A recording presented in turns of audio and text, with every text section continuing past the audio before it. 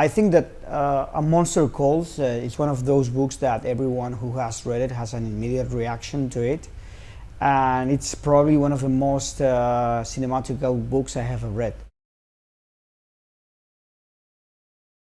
I truly believe that it's a love story. It's a great big love story between a mother and son. I think it's about the bond between mother and son. There's not a bigger love story than that. I think that fantasy is probably what the story is about.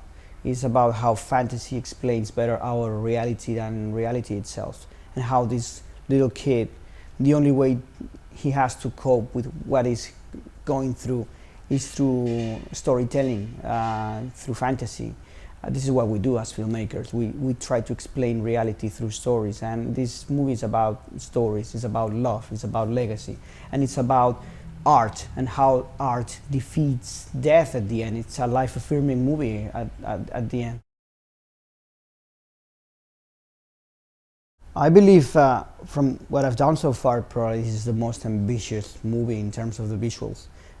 We need to recreate not just a world of reality grounded in reality, but a world of fantasy, and from there we need to recreate another fantasy, which is all the fairy tales. We need to recreate not just a world set up or grounded in reality, but we need to recreate a fantasy, a monster that will involve a lot of visual effects, motion capture. We're working with lots of designers, probably some of them are the best in the world. And also there's a lot of work that we're going to do in animation. We're going to recreate all those fantasies with dazzling animations that should be very impressive for the kid and for the audience at the same time.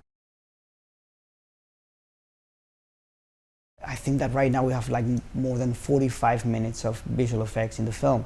So that means that we're going to work not only storyboards, but we're working with concept designers, we're working with pre-visualizations made on 3D with different techniques. We're working also, we started to work with motion capture only for the pre-visualizations much before than getting into the real post-production for the final film.